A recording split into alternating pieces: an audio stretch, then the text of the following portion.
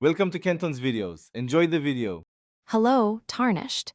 In this video, I will explain how to get the Nightrider Glaive, an excellent halberd for your journey. First, you'll want to make your way to the Liurnia of the Lakes region.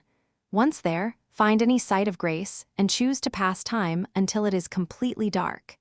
This crucial step ensures your target will appear, ready for you to claim its powerful weapon. Now that it's nighttime, summon your spectral steed, Torrent, and ride towards the northern part of Liurnia. Specifically, follow the main road that connects the Bellum Church and the East Rhea Lucaria Gate. Along this path, you will encounter a powerful knight's cavalry foe.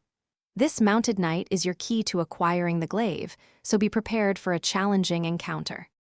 To easily defeat the knight's cavalry, staying on Torrent is highly recommended. Your horse provides excellent mobility, allowing you to dodge attacks and create distance. Aim your attacks at the rider, as this will bring them down faster. Look for openings immediately after the knight finishes an attack animation. This is your chance to land several hits safely.